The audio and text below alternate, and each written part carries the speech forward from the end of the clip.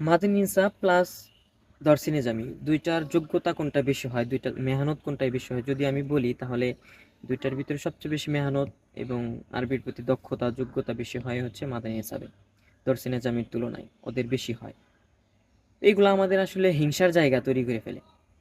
যখন মাদানী নিসাব, যখন আবু তাহের মেজবাহ সাহেব সর্বপ্রথম শুরু করে, অনেক আলেম ওনার বিরোধিতা করতো, বলতো না মাদানী নিসাবে কি হবে, শর্ট কোর্স ওখানে, শর্ট কোর্সে কি পড়াশোনা করবে, এরকম অনেকেই মানে সমালোচনা করতো।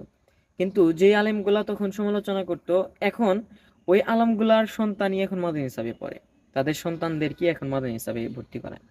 এক হুজুরকে জিজ্ঞাসাবাদ করছিলাম যে হুজুর, মাদানী নিসাবে ওরা আরবিতে এত দক্ষতা, ওদের হাতের লেখাও সুন্দর, প্রত্যেকটা বিষয়ে ওরা দক্ষ হয়ে ওঠে আমাদের তুলনায়, এটার কারণ কি?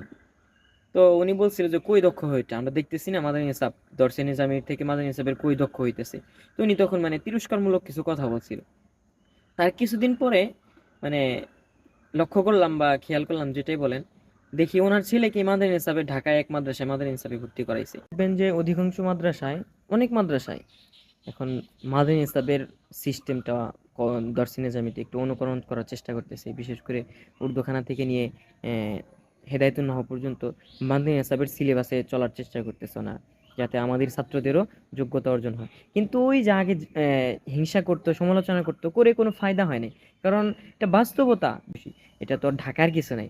সেই জন্য এখন মাদানী নিসাবের সিলেবাসগুলোতে গুলাকে এবং তাদের মেহনতগুলা দেখে দেখে এখন দর্শী নিজামির প্রাথমিক পর্যায়ের যে ক্লাসগুলো আছে এগুলাতে অনুকরণ করার চেষ্টা করতেছে। তো আসলে আমাদের কওমি আলেমরা যেটা কি, যে প্রাথমিক পর্যায়ে প্রচুর হিংসা, যে কোনো বিষয়ে হিংসা করে, যে কোনো বিষয়ে ফতুয়া এই সেই বক্কর সকর ফতুয়া দিয়ে উল্টায় ফেলায়। তো পরবর্তীতে যখন দেখে যে না ওইটাই ঠিক, তখন তারা ওখান থেকে সরে এসে তখন তাদেরকে অনুকরণ করার চেষ্টা করে। আমাদের অভ্যাস হয়ে গেছে এরকম আর কি।